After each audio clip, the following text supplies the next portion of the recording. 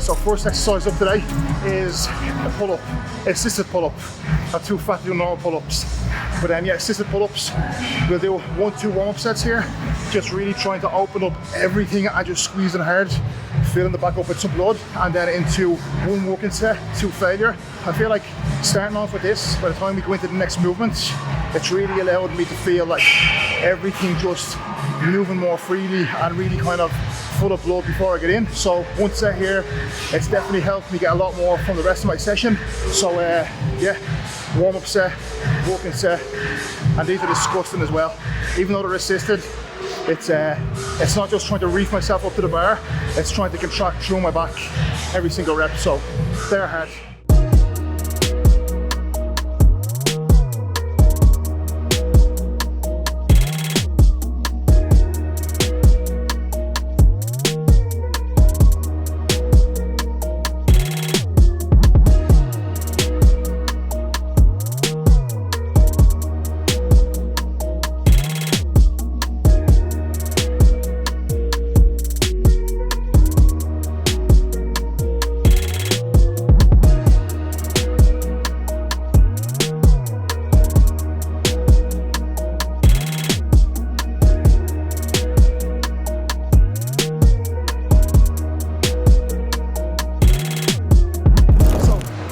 Thumb over the bar or thumb on top of the bar. So normal grip or suicide grip, which one is better? It really just depends on what you prefer. And sometimes I'll change, like most of my pressing movements, I will use normal grip. Some pressing movements I will use suicide.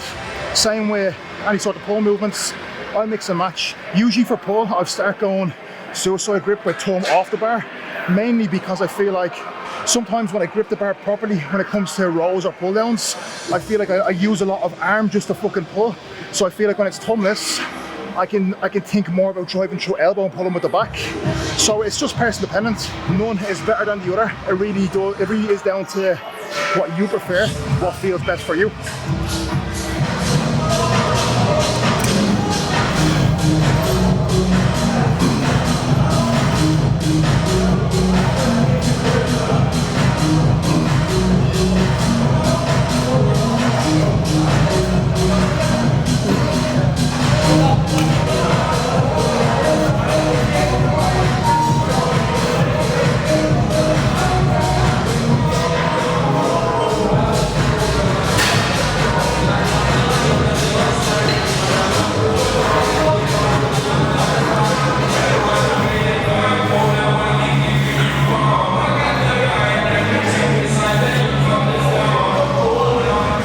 That was enough here on this. Same upstairs as well. They're not crazy heavy movements, especially with this one. I do pretty light on this anyway, so one warm-up set was enough, and then into 3 working sets on this. It's a bit of work because it's single arm, so like it's like 6 sets because right, left, right, left, right, left. I get so much from single arm that work, so it's worth it for sure.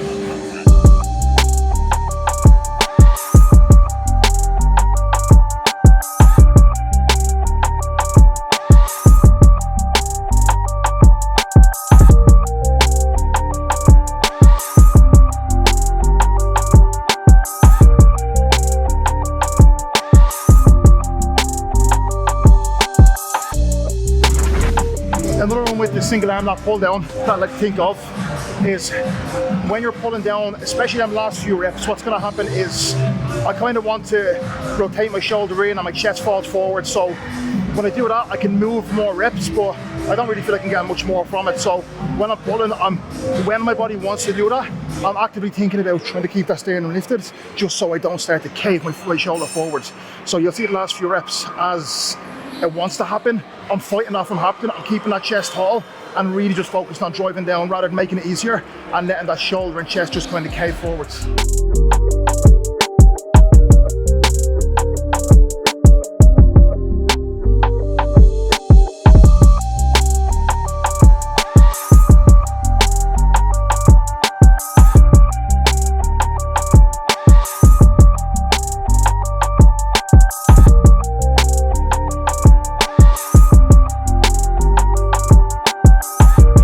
Again, doing single arm stuff. I go, Kuba goes left arm, right arm, just so we have a rest in between each arm. and we can treat it as like a completely different set. If you're training a partner, do single arm and single leg stuff, one after the other. Instead of both legs yourself, let them go, then you go. Okay, come on.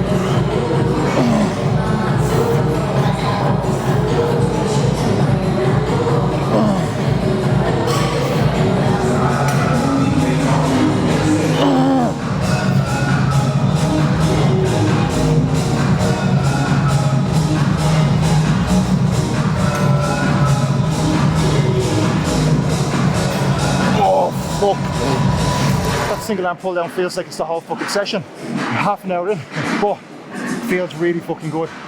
So third exercise, prime upper back row. So now we can start moving some slightly heavier loads.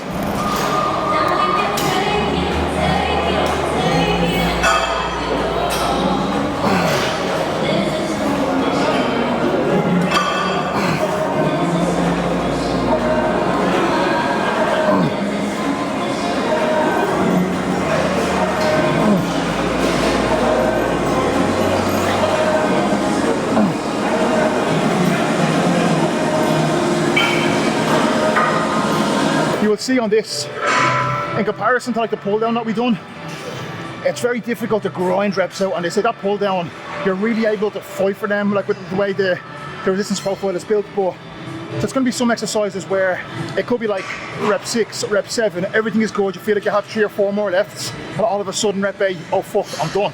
It looks like you've plenty more lefts, but depending on the movements, you may just die, and we may just be done in comparison to some exercises and some movements where we're going to be able to grind reps out a little bit deeper throughout the set. So just be mindful of that. Different machines are going to be different exercises are going to be different, and there's going to be some big movements where when you're finished, you're fucking finished.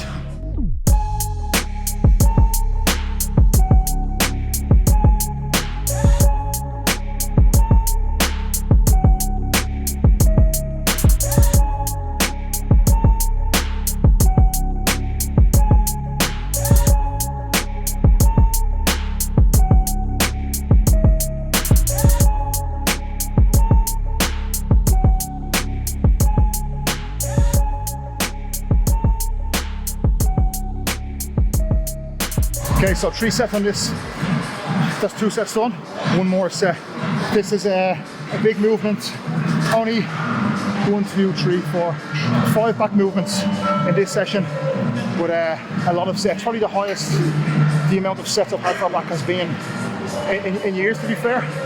But I definitely think that, in combination with the level of accuracy of my back training at the moment, and my ability to recover a lot more because sleep is better. I just feel like at the moment, well, this season, I've treated rest and recovery as a big priority. So it's allowed me to drive that volume a little bit higher and recover better. And like I said, a combination of all that has definitely led to some growth. Well, we'll see next year on stage, but I hope so.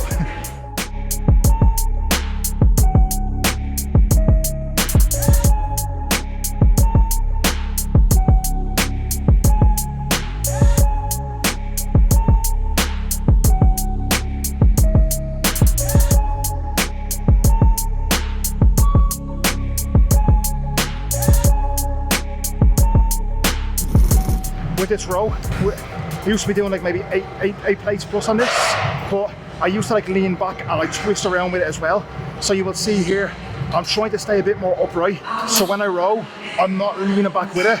Obviously towards the end of the set, it's going to be a little bit of that coming in through it, a touch. But but for the majority of the set you'll see I'm trying to stay upright and I'm just trying to drive the elbow down rather than swinging around with me as well. So I'm using 6 now, but I definitely connect a lot more just by thinking about that.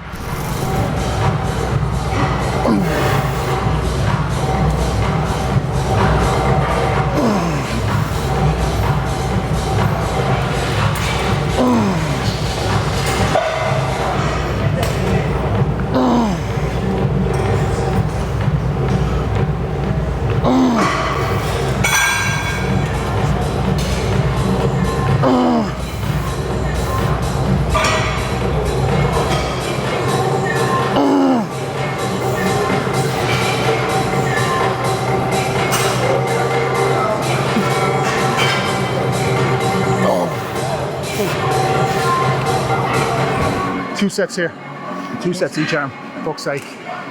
Ooh. You got that, did you? Fuck's sake.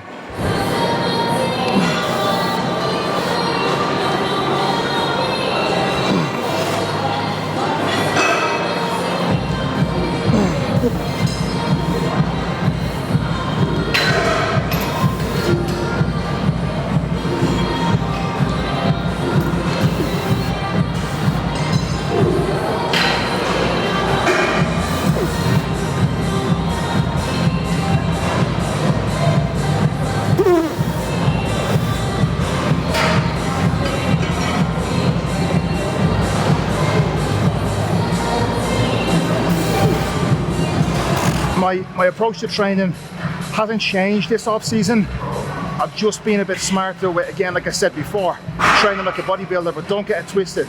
It doesn't mean I'm trying to lift lighter. It means I'm just trying to lift as heavy as I can with slightly more accurate form.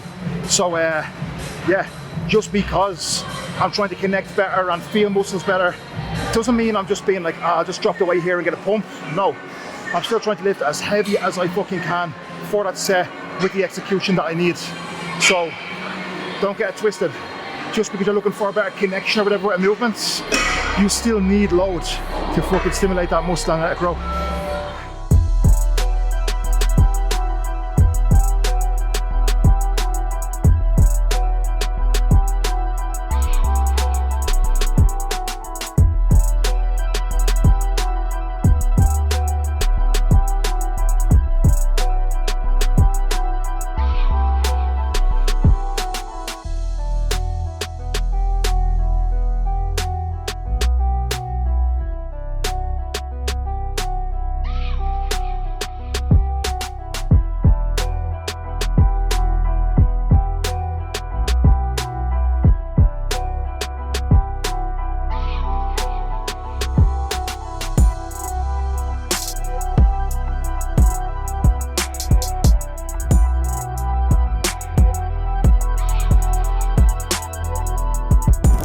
So on to the last big movement for back.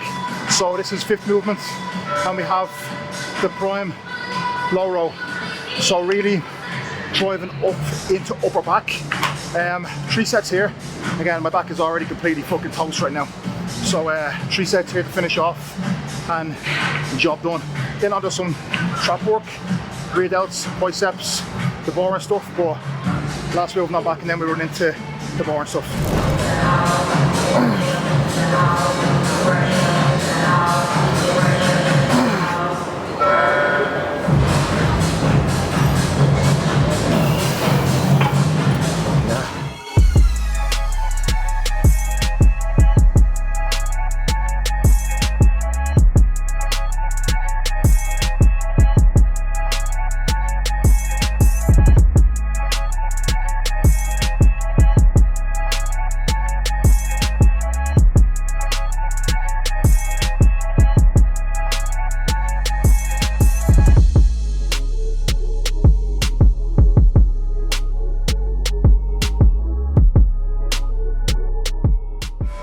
I went through the exercises, I went through the number of sets for each exercise, now rep ranges.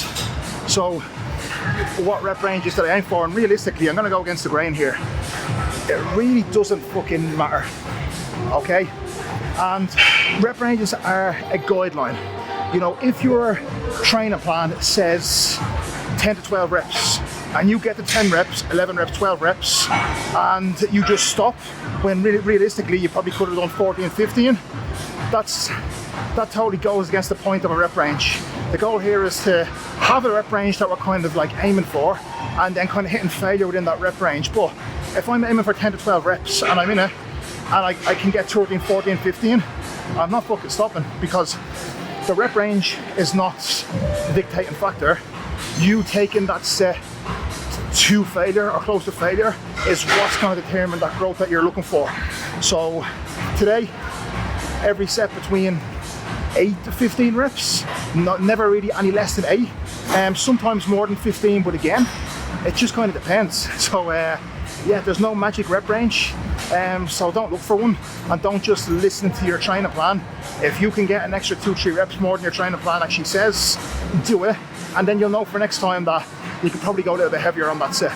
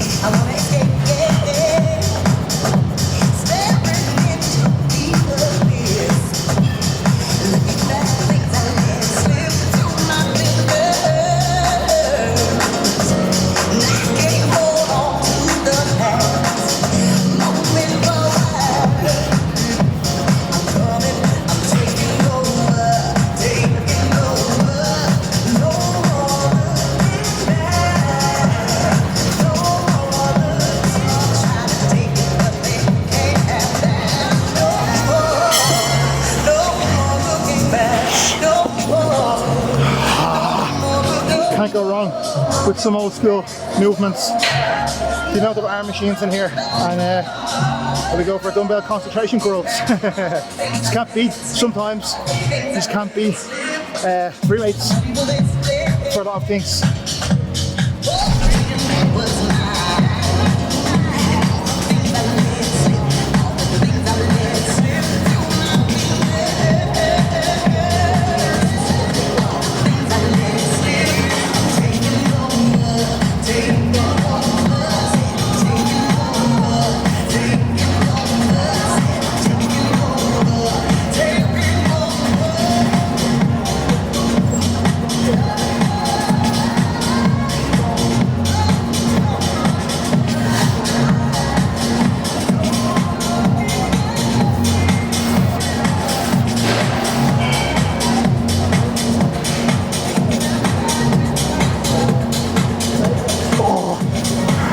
I think I have the tightest biceps known to man. It's absolutely crazy.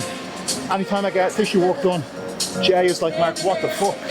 And it's like excruciating. They're so tight all the time. But I honestly think if I didn't get tissue work, I'd probably tear a bicep, because that's how tight they get. They're still fucking terrible, so.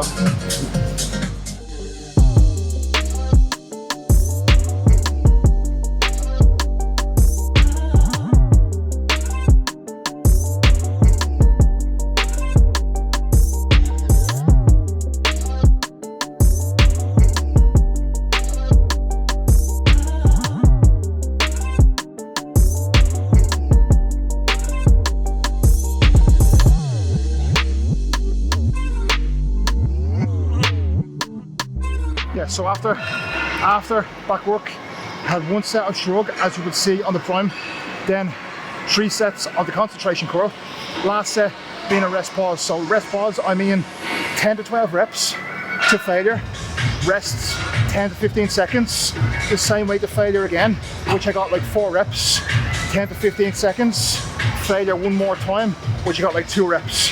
So complete failure, 10, 4, 2, with minimal rest in between. Now we are on to facing away cable curl. So we have 3 sets on this as well. And again, rep range 10, to 15, not counting the reps, making the reps count. That is the cringiest saying ever, but there's merit behind it. So yeah, second bicep exercise, and then we wrap this session up.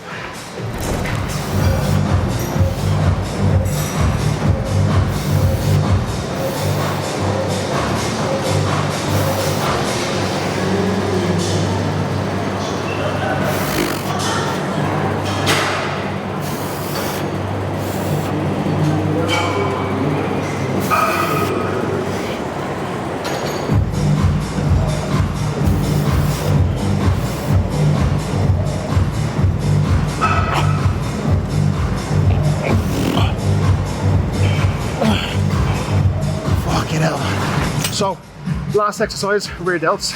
We start doing rear delts after bicep work, because obviously after pull downs, after rows, after back, rear delts are really fried. So doing biceps and then doing rear delts, it actually allows our rear delts to be a little bit fresher then, because it has like a few minutes in between to actually recover a little bit to get more out of. So that's the reason behind it. With rear delts, I actually don't like to aim for rep ranges like lower than 12. I always like kind of slightly higher, so I have to go slightly lighter weight. When I go crazy heavyweight on rear delts, I just pull and my back comes in and I don't really feel it. So I go slightly lighter here and do aim for kind of slightly higher rep range. Really finishes off a pull day. Obviously lats, upper back, traps, everything is fucking nailed, and then finish off with rear delts. It's nice, and a rear delt pump is always a nice pump as well. I fucking love this place, you know that? Everyone in here is fucking mad.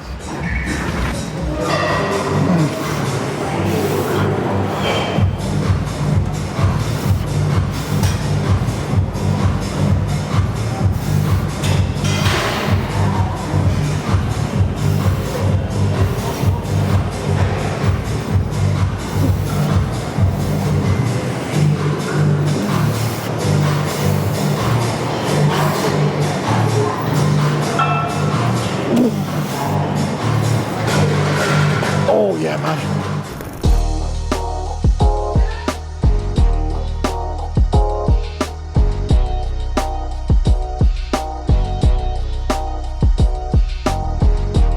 Finished off with a stretch.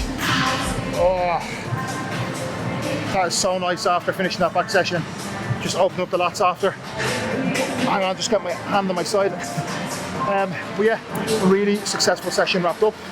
We'll go do a bit of posing now, and we'll wrap things up from there. End of the first push-up phase. Sessions are flying, and yeah, I'll take you to the plans when we go up to the posing room.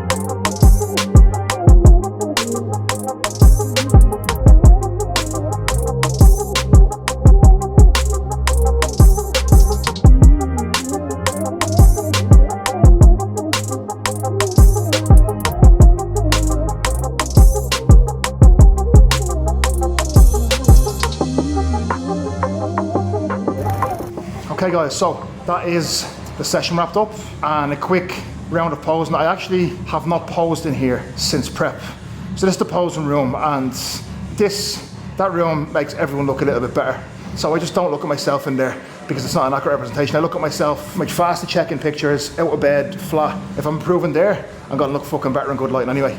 So I never really go in there, but first time in there, and definitely a lot different than the last time I stepped in there, so we'll take that. And that is the end of the first push-up phase of this off-season as well.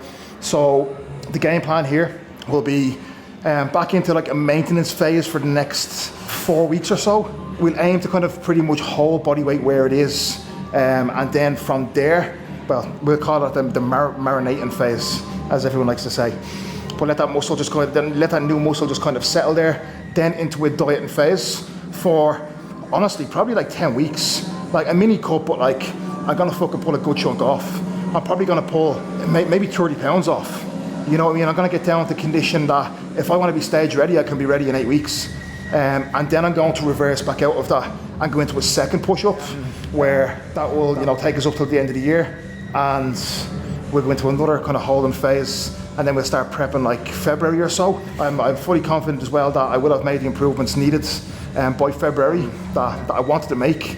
I'm really confident now of doing shorter off seasons rather than 4 years. That'd be like 1.5 years because of how much progress I've made off the back of the last reverse.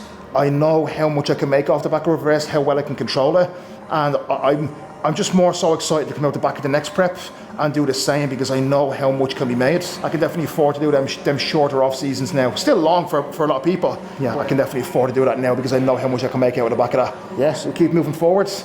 That is pull session wrapped up, some posing, and I'm not gonna fucking ramble on. Like, share, subscribe. I know I always say it, but you've no idea how much, like someone following along, watching my videos is crazy to me. Absolutely crazy. I'm just doing what I love in terms of training, and people want to watch me train. Amazing. So I appreciate it. I'll keep up with the weekly uploads as well, all the way through this off season. But yeah, this will fly in the rest of this off season into prep. So I'm not gonna ramble on. Thank you very much for watching, guys, and I will see you in the next one.